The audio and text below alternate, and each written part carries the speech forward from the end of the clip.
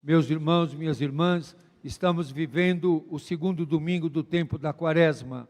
O tempo da Quaresma é o tempo que nos leva, nos prepara para chegarmos à Páscoa. Já estamos no segundo domingo. A gente poderia já se perguntar, o que mudou em nós? Nós já mudamos alguma coisa? A Quaresma é tempo de mudança. De mudar de quê? De penteado, mudar o sapato, mudar a marca da roupa. Não, mudar a forma de viver, mudar a maneira de pensar. Os psicólogos dizem, e os estudiosos do comportamento humano, que é muito difícil um adulto mudar de comportamento. Nós vimos aqui, agora há pouco antes da missa, a mudança destes jovens da Missão Belém, que são muito corajosos, fizeram uma mudança muito forte na sua vida. E uma mudança não só na maneira de viver e de se comportar, mas na maneira de ver o mundo, de serem solidários. Tem pessoas que não querem trocar a fralda do vovô e da vovó. Eles trocam a fralda de pessoas que, como eles, vieram de situações difíceis, dão de comer na boca. Quem for lá, visite, não pode ir todo mundo de uma vez, mas pode marcar com o Williams, até no final da missa, um dia para ir lá na rua Doutor Clementino 608 e conhecê-los, ver as necessidades que eles têm, ajudá-los. Eles fazem tudo. Não tem cozinheira lá, são eles que cozinham. Não tem gente para limpar o banheiro, são eles que limpam. E muitas vezes são agredidos pela vizinhança, são tratados com desprezo, porque não sabem a vida que eles levam. E a vida de oração. Eles não disseram aqui, mas eles rezam bastante. Quantos terços tem que rezar por dia? 4 vezes. Essa oração é muito importante, porque é um momento de introspecção. É um momento que eles, no encontro da oração, no encontro com Deus, no encontro consigo mesmos, eles têm que lidar com o que eles estão sentindo, lidar com os desejos que têm, com voltar a uma vida desregrada. Então essa oração vai disciplinando, vai trazendo mudanças. E por que essas mudanças acontecem?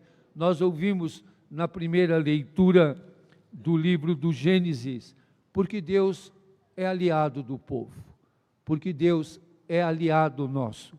Tem gente que gosta de ler o livro do Gênesis para ficar condenando os outros e para ficar fazendo afirmações machistas, pegando trechos do livro do Gênesis. Então, queria dar uma dica aqui para vocês.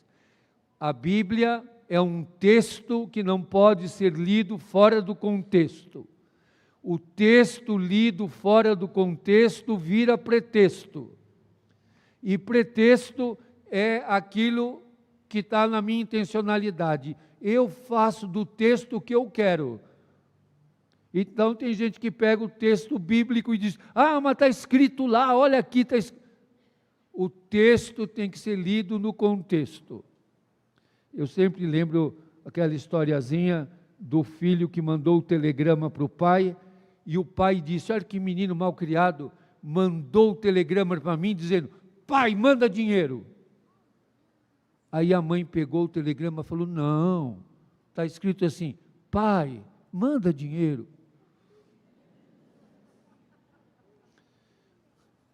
Muda completamente, não é? Então, a gente lê na Bíblia o texto, tem gente que adora pinçar, aí pega, é especialista em pinça. Só que você tem que entender a palavra de Deus como palavra que tem um contexto.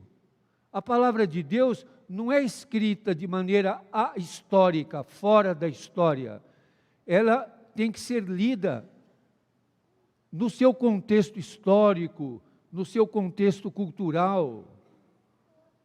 Tem que entender quem está escrevendo, inspirado por Deus, em que momento isso está sendo escrito. Isso está nos documentos da Igreja, inclusive do Concílio Vaticano II, a Dei Verbum, e depois houve um sínodo, e há um documento, a exortação apostólica Verbum Domini, do Papa Bento XVI, que deixa muito claro que você tem que ler a palavra de Deus no seu momento, o que ela traz de novidade, de esperança, de vida, e neste momento histórico, o que ela diz para nós, porque é uma palavra viva, não é uma palavra morta. A Bíblia não é para fazer arqueologia e para ficar pensando da Bíblia o que me interessa politicamente ou ideologicamente, mas é uma palavra para me converter e para me humanizar, para me fazer fiel ao amor de Deus. E o amor de Deus, ele é vivido neste momento da história. Eu não posso imaginar que dos santos mais esplendorosos da igreja, me veio agora na cabeça São Francisco de Sales, ele estava lendo a palavra de Deus num outro contexto. E a palavra de Deus, em cada momento da história, é exigente, é transformadora e é humanizadora. Cada momento da história, a palavra de Deus tem que ter o critério de vida, de esperança, de amor. Nunca a palavra de Deus é para humilhar, para espizinhar. A Bíblia não é arma, a Bíblia é uma carta de amor, de Deus para a humanidade. E por isso temos o dom do Espírito Santo, do discernimento, do entendimento. Por isso há estudiosos da Bíblia, hermeneutas, exegetas, que leem a palavra de Deus na língua original em que ela foi escrita. Para isso tem arqueólogos, muitas pessoas que estudam e levam muito a sério o que está sendo escrito ali, o que foi escrito. A palavra de Deus não é brincadeira, que eu fico pensando o que me interessa. Essa história de eu fazer pregação e cada hora, vê lá no livro do Gênesis, número tal, agora vê no livro não sei do que, no número tal. O próprio Lucas pede que a gente faça uma leitura ordenada da Bíblia. Por isso existe um lecionário. As leituras de cada domingo, elas não são as que o padre quer. Elas estão marcadas por um lecionário.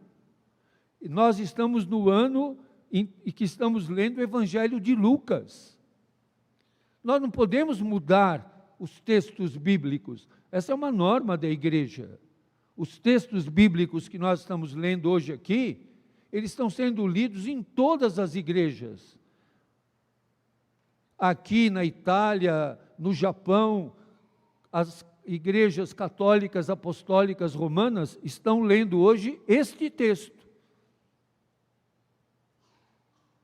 Não é cada um que quer, é esse texto que quer dizer para nós coisas muito fortes e muito importantes, para que, como nos diz Paulo na carta aos Filipenses, o nosso corpo humilhado se tornará semelhante ao corpo glorioso. Ainda voltando aos jovens que estavam aqui, que vieram da Cracolândia, eu disse, quando a gente os vê chegando, eles são menos da metade do que a gente vê hoje. Alguns são um fio de gente, com os olhos enormes, esbugalhados, olha no rosto deles, só vê o nariz.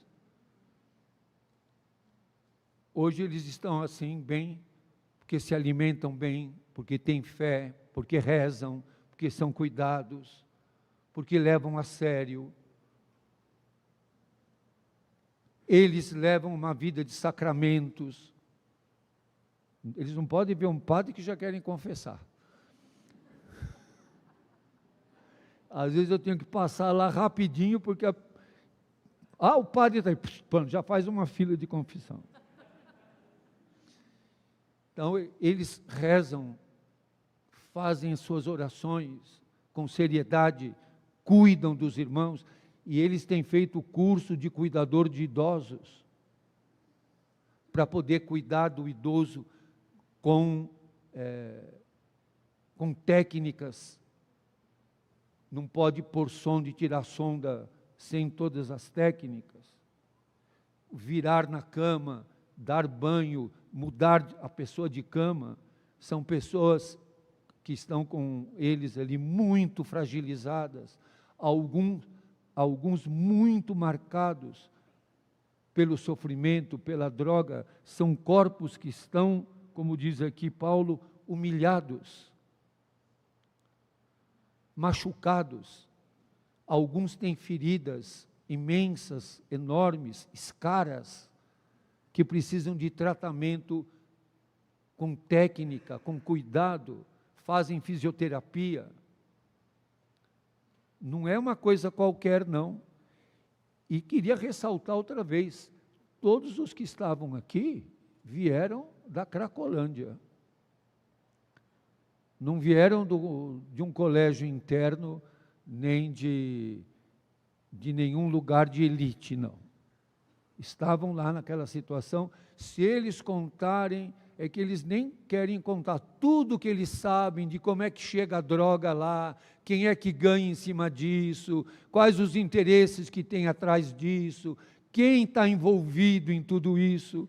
Eu também sei, qualquer hora vão me dar como diz lá, um pipoco para queimar o arquivo. A gente sabe de quem é o interesse de tudo isso. Por que tudo isso se mantém? Não é uma coisa simplesmente, é o viciado. Tem quem ganha em cima disso. Tem quem ganha muito em cima disso. Essa transformação, que hoje chamamos transfiguração, é que Jesus, logo depois de ter anunciado a sua morte, causou um horror para os discípulos. Eles queriam tudo, menos que Jesus fosse preso e torturado e crucificado. E Jesus quer mostrar um caminho para eles. Por isso ele chama o Pedro, o João e o Tiago, não porque eles eram os queridinhos e VIPs, mas porque eles tinham mais dificuldade para entender. E eu já contei para vocês, quando fala Pedro, é porque ele vai dar um fora. Quando fala Simão Pedro, ele vai dar um dentro e um fora. Quando fala Simão, ele vai dar um dentro. Aqui está falando Pedro, então ele vai dar um fora. Já vamos ver o fora que ele vai dar aqui. O Pedro, o Tiago e o João foram com Jesus, que rezou, e é justamente a cena que está aqui no vitral. Jesus transfigurado, Moisés de um lado, Elias do outro, e o Pedro, o Tiago e o João, o que eles estão fazendo ali? O que eles estão fazendo? Dormindo. Por que eles estão dormindo? Porque não interessa para eles o que está acontecendo. Imagine você ver Jesus, Moisés e Elias e você vai dormir.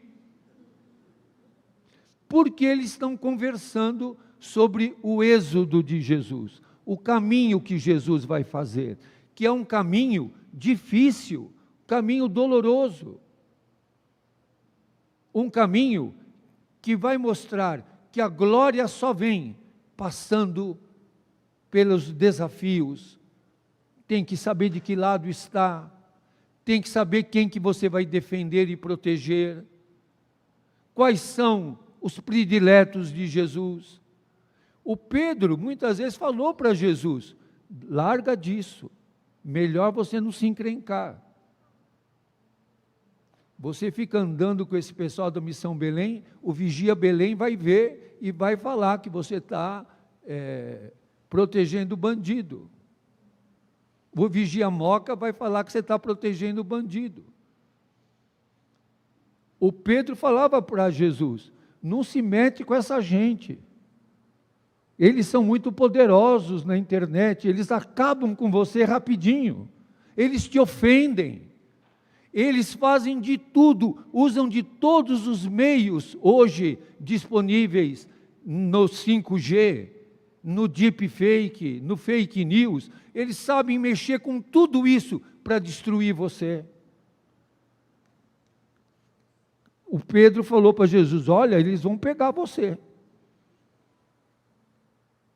Por isso que Jesus mostra a sua glória, que não vem da facilidade, mas do desafio assumido.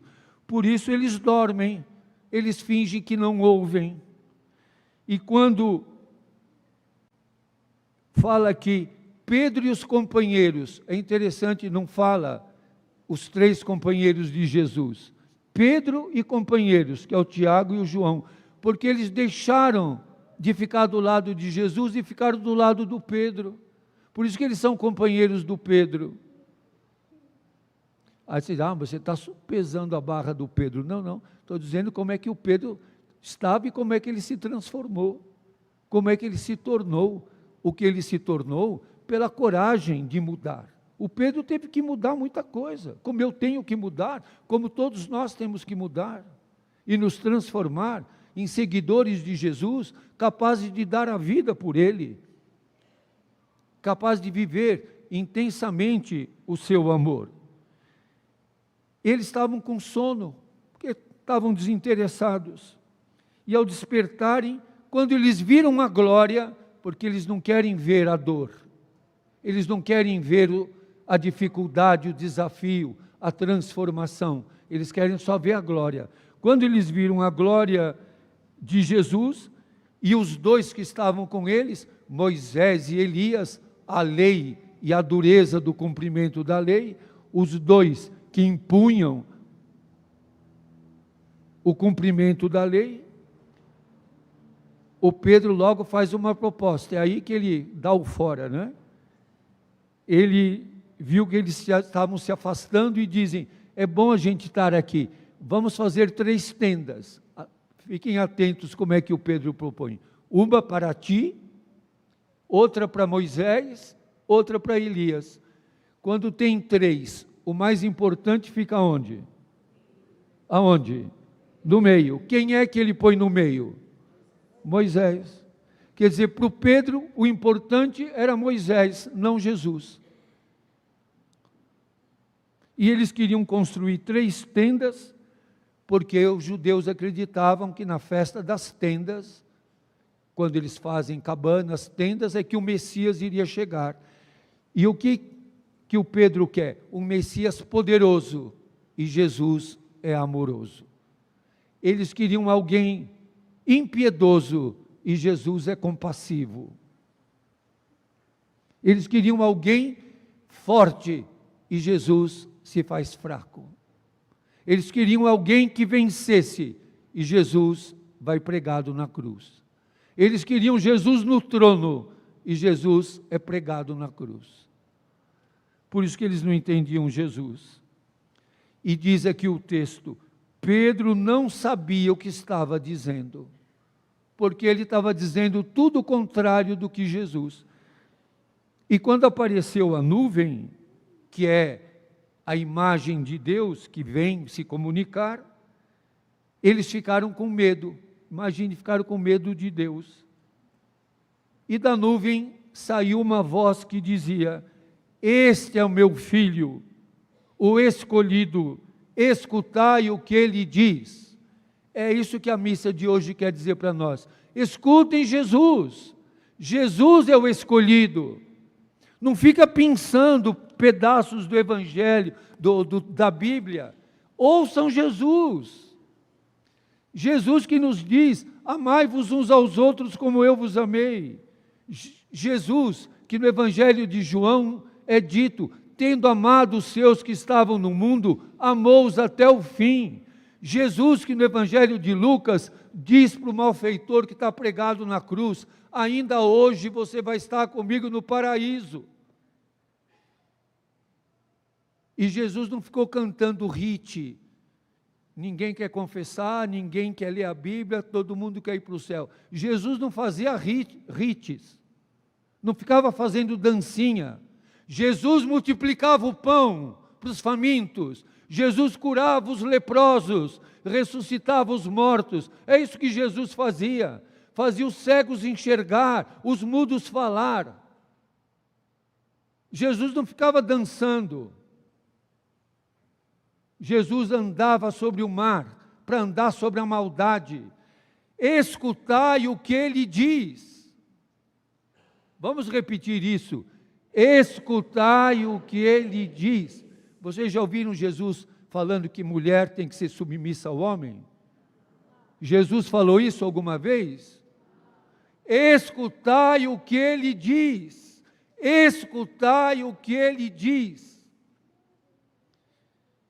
Claro que depois vão pegar, quando eu digo isso, vão fazer, como já fizeram, deepfakes e mexer com imagens de internet falsas, para dizer, olha quem está falando isso.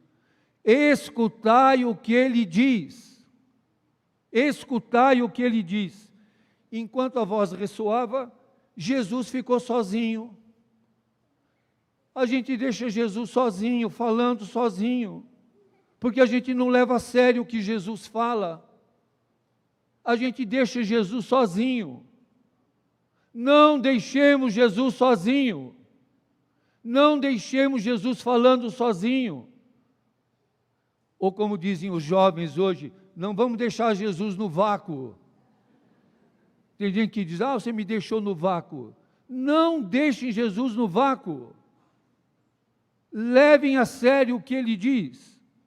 E diz o texto aqui, os discípulos ficaram calados e naqueles dias não contaram a ninguém nada do que tinham visto. Por que eles ficaram calados e não contaram nada? Porque eles não gostaram, porque eles não acreditaram.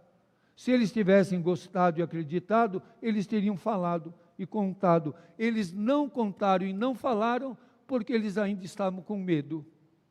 Só quando vem o Espírito Santo que eles perdem o medo e começam a falar. E falarem em todas as línguas. Deu para entender? Esse texto é muito provocante, porque quer provocar em nós conversão, não condenação. Não condene ninguém. Ninguém é juiz de ninguém. Só Jesus é nosso critério. Só Jesus é nossa luz. Só a Ele nós devemos escutar. É a Ele que nós devemos escutar. E escutar a partir dos textos do Evangelho, não de invencionices. Temos que estudar, ler o Evangelho, para entender o que ele diz. O que ele diz é vida, o que ele diz é amor, o que ele diz é compaixão, misericórdia e perdão. Amém.